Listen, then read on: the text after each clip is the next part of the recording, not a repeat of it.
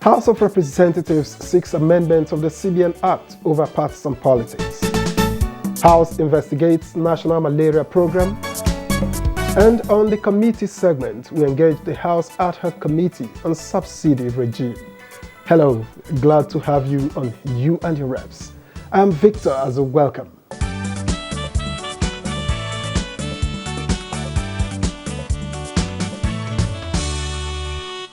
The House of Representatives has passed for second reading a bill seeking to amend Section 11 of the Central Bank of Nigeria Act.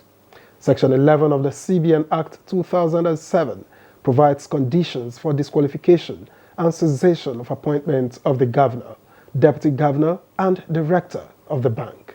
National Assembly correspondent Aliyu reports. Sponsor of the bill, Representative Sadi Soli, while debating the proposed amendments to enable the insertion of an additional clause, said it seeks to strengthen the CBN being a lender of last resort.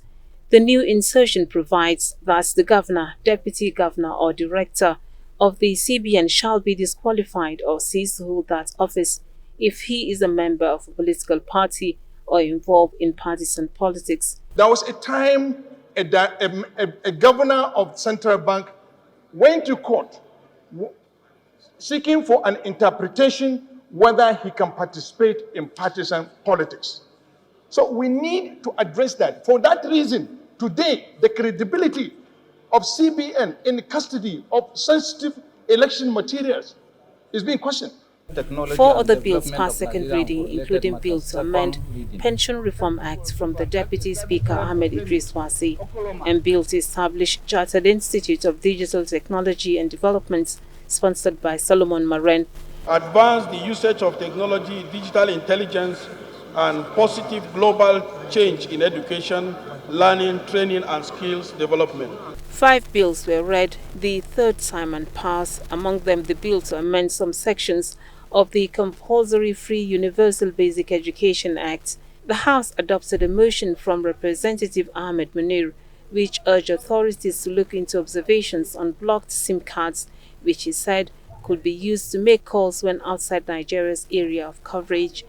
Once you beat the swords of this country, when it is it actually works perfectly. Meanwhile, the House has described as mischievous reports in some sections of the media on attempts to impeach the Speaker Femi Gbajabiamila in relation to the Water Resources Bill. There's nothing like that going on. To the best of my own knowledge, I'm a northerner, I'm not aware. It was baseless, mischievous, and unfounded. This House, in every aspect of it, in all ramifications, had never had an instance where we contemplated impeaching our able Speaker, Right Honorable Femi Gbajabiamila. We shouldn't be bothered about those who want to write and paint a picture that does not even exist. So I want Nigerians to be assured that the House of Representatives is doing everything possible to support government.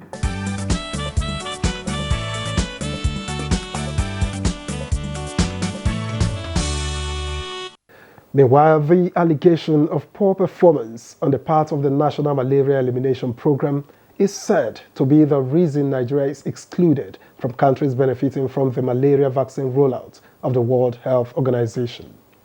The House of Representatives has now passed a resolution to unravel the truth about this and other allegations. In passing the resolution, House members expressed concern that the Office of the Inspector General for Global Fund rated as low the performance of the National Malaria Elimination Program. This has put the country at risk of losing the grants from the Global Fund, aside its exclusion from the malaria vaccine rollout. NNEP has fallen from a grade known as B1 to B2 rated within 6 months. Considering that Nigeria is one of the biggest beneficiaries of the Global Fund grant, with a value of $412 million, the country is at risk of losing the grant and other partnership opportunities as a result of poor absorption, poor performance, and lack of domestic resource mobilization. Other motions adopted include the need to redeploy troops to tackle insecurity as moved by Abubakar Fulata, and the need to address looming food shortage as raised by Rimandi Shaulu. Since the withdrawal of these security personnel from those splash points, the spate of bandit attacks has resumed in full force and has become a daily occurrence within the Wase Federal constituency. Many farming communities have abandoned their farms and are seeking refuge in urban centers and internally displaced persons camps. Plenary featured the second reading of 6 bills, among them bill to make compulsory teachings on preventive measures pertaining sexual and gender-based violence from Julius Ihonveri, and the bill to establish Federal Polytechnic Sabon Birni, Sokoto State, sponsored by Mohammed Bargaja. 20 bills were considered and passed, including bill to establish Chartered Institute of Computer Forensics. Meanwhile, Representative Segun Odebumi has laid a petition urging the House to intervene on the payment of compensation to victims of police brutality as ordered by the court. Plenary has been adjourned to 20th September 2022.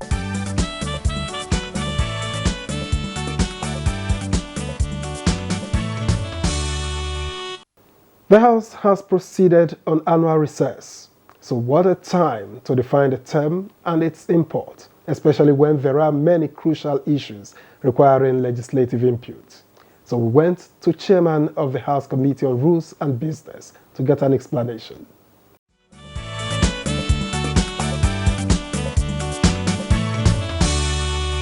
It has become a tradition that every year the House will close business for some time to allow members to travel out.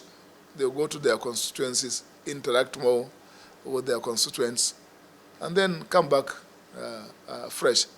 That does not mean, for example, that if there is an emergency, an issue that would warrant an immediate action, the House can convene immediately to take a decision on that matter.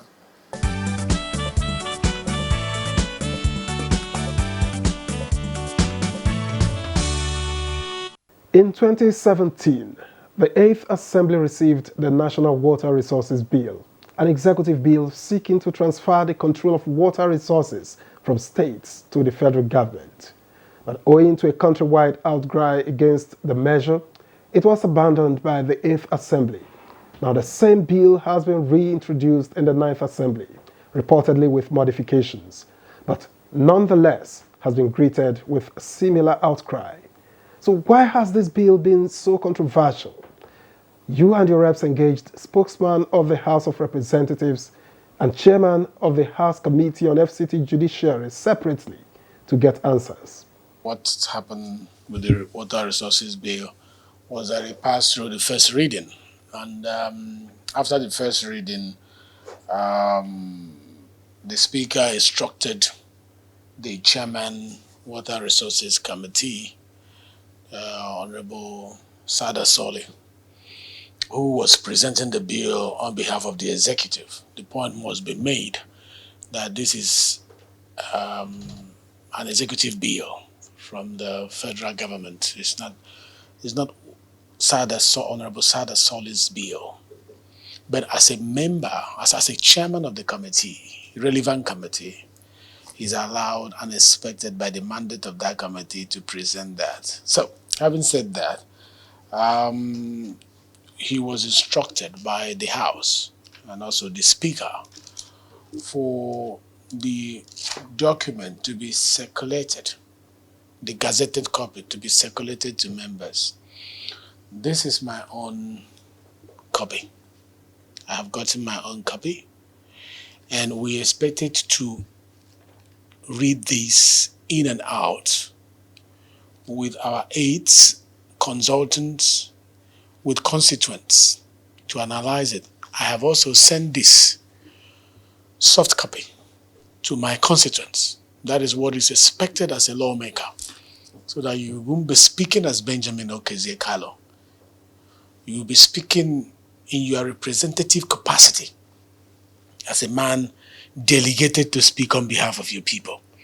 So I have circulated for my people to make their input and send back to me. And a lot of them who took time to read it have sent in their input. At the end of the day, we will harmonize and have a talking point and a flow to guide my debate when this comes up. Definitely, there are things that were found in the, that was discovered in the bill that needed more clarification. It will be raised during my debate, not pre-debate. I will not go into the bill. I will wait until one of the important issue that the speaker raised was to assure that the governors forum have given a consent to this bill. They have, as major stakeholders, that there is a buy-in. They have also sent me a letter for me to look at, coming from the governors forum. So, and also a letter also to show that this is not Honorable Sada Soli's bill. This is also coming from the minister, from the executive in charge of water resources. So it's good for us to know how to trace this bill so that we don't keep mentioning the name of Honorable Sada Soli, and also in a sentimental manner. And also it is good for this bill to be analyzed by a whole lot of people who are interested in it. According to Sada, it's a combination of already existing bills with regards to water-related issues. We don't know that. It is when we go and digest properly and come out with a comprehensive analysis of what we have found that will be able to speak to that effect. So for now, we are still studying the bill. And I agree with you that a lot of Nigerians are worried about the bill and they want to understand more. It's not only the South, even the North. Northern states, some of them, are asking what is the impact of this bill? And also some of them are asking, should it be prioritized now and why? Are there no other important issues to talk about in the country? Why must it be now? Why must it be this bill? So as a parliament, we always balance, we work with the pulse of the nation, the mood of the nation, and see also how to analyze the thought flow of the feedback mechanism that we get from the people to know what to put on the front burner, what to ask to wait until later. And definitely if you find out that this has to be on the front burner, we will look at that. But if it's something that can wait, like the PIB waited for a very long time before it came up, delay is not denial. If it wait today, it can come up tomorrow. If there's any urgency and we're able to establish the urgency, we'll find out, analyze it, and know that we're doing what the people want. You cannot tell me that we are going to arrogate our own means of livelihood through fishing and means of living. You arrogate powers like that to the federal government if you now want to use water, streams, ponds, rivers, lakes, bank of the rivers and all that. You have to go and write or seek for a permit from National Water Resources Management Agency to give you approval for water. Then very soon they will have air management authority that will also regulate the air we breathe, the air myself and you breathe, that for each air we need to breathe, we have to go and register with the air management authority to know the volume of air you can breathe, the oxygen and the carbon dioxide, the oxygen that can go inside and the carbon dioxide that you can breathe out. That is completely unacceptable. At this point in time, there are some things, we're in a precarious situation. So you shouldn't bring things that further divides us as if we're all aliens to each other. You don't do that. Section 1 of the Land Use Act says that all lands in the country all lands in the state belongs to the governor. We have existing laws. We have a Supreme Court judgment in the Attorney General of Lagos and Attorney General of Federation, which further emphasize that you cannot cede physical planning and inland waterways, which belongs to a state, to the federal government. It's just common sense. So as far as this 9th Assembly is concerned, there is nothing like Water Resources Bill.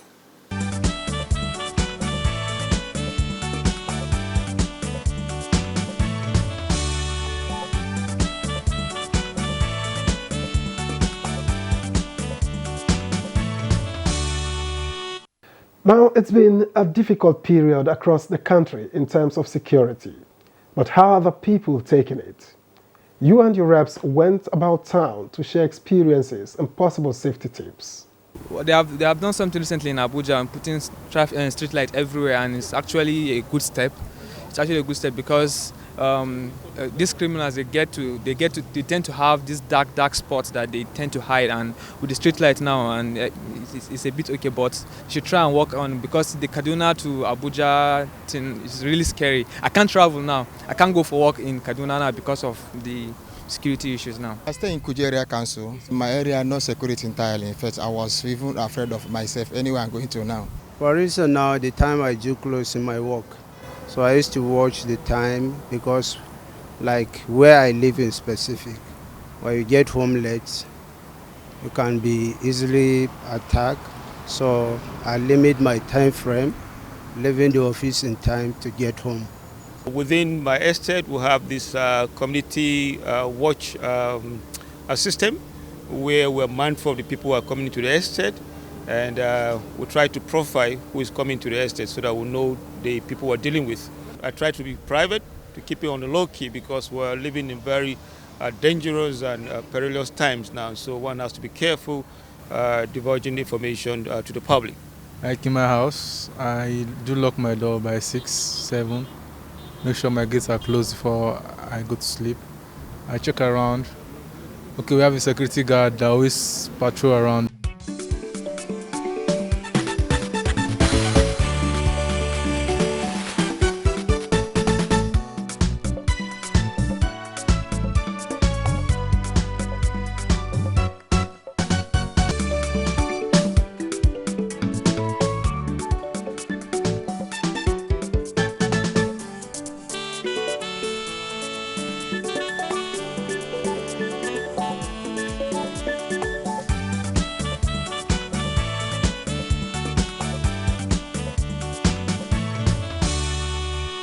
This week on You and Your Reps, we engaged the House of Representatives ad hoc committee investigating the petroleum subsidy regime and its findings. And we spoke with the chairman of the committee, Ibrahim Al-Mustafa Aliyu. Hear him.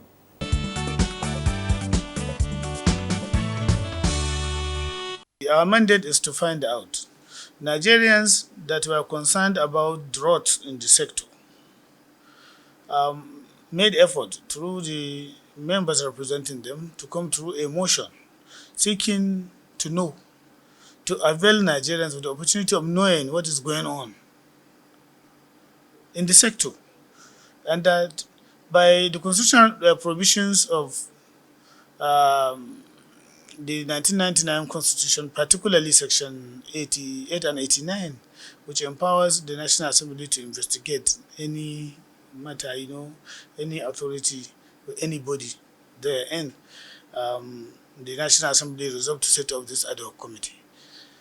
Our mandate is to find out what is going on and where, who are involved, what can we do to change the situation, what are the recommendations, what is the effectiveness or otherwise of the subsidy regime, do we need to continue, is there a way out? You understand? So these are the questions. So if you want to find an answer, you have to now dig deep. The foundation is, number one, who am I dealing with? Who are these partners? Can they be trusted? Are they worthy to do business with?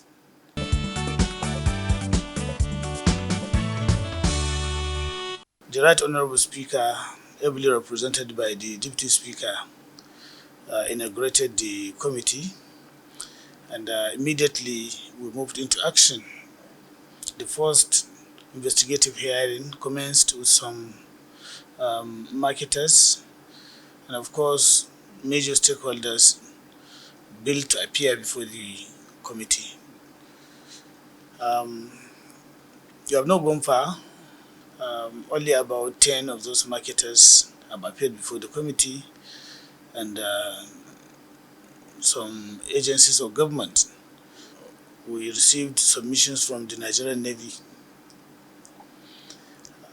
We were able to organize the whole investigation in such a way that it will give the committee members the necessary opportunity to, study the submissions made by these stakeholders, either government or private. And then we interface with the consultants and resource persons to be able to digest the submissions and effectively take on the relevant stakeholders on them. So what we are now uh, going through is the preliminary investigation of which relevant stakeholders, MDS or marketers, make their submissions before the committee, either verbally or through submissions of documents, and then they identify and consent to the documents. Then we make progress by asking them relevant questions regarding the submissions. If there's any other thing that we maybe so identify that is not in the submission, we draw their attention to it, and then we give them another time to make an addendum to the submission. The second stage will be individual engagement of those MDAs or marketers, so that we can scrutinize their documents, profile them, and cross-examine them, ask them questions based on their submissions.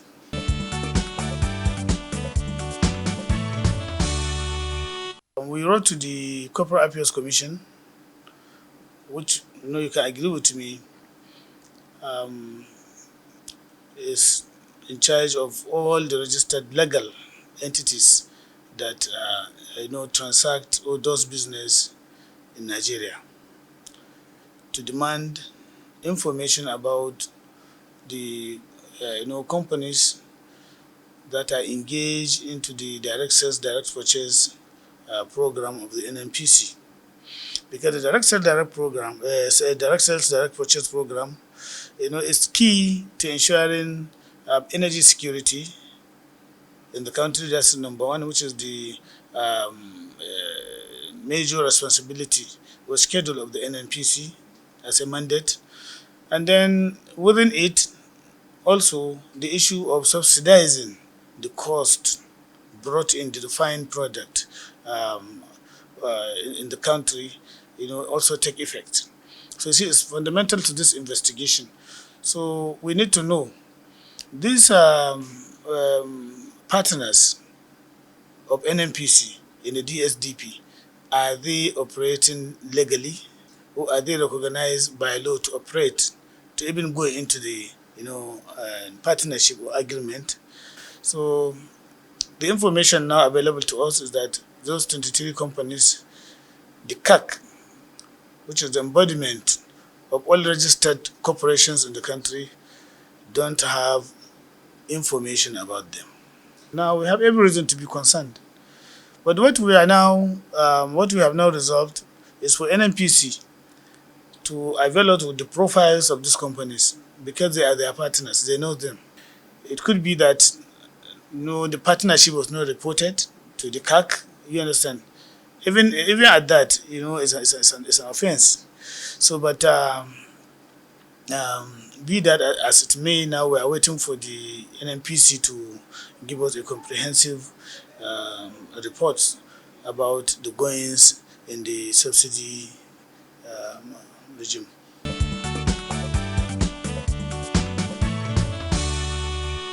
The House extended the mandate of this committee, in fact, expanded our scope, that now instead of the period as earlier mandated, we are now to cover the period between 2013 to date, to 2022. So see, even at that, now we have to come back to the drawing board. The Nigerians should expect results. The result in such a way that they will have enough fuel, and that the fuel security that we all talk about is sustained, and that Nigerians are not shortchanged. You agree with me that the issue of this subsidy is very fundamental, because just few days ago, the Honorable Minister of Finance made alarming,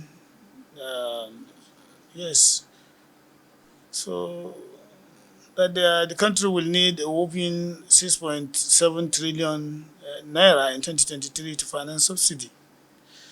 The bottom line here is, who are we subsidizing this fuel? Are we subsidizing it to Nigeria or Nigerians, or are we subsidizing it to the West Africans? You understand? Or who are we subsidizing the PMS to? That is very important. We need to know the actual consumption in the country from the available data we have. The actual consumption may not be more than 40 million liters per day. This you can easily find out, you can easily establish.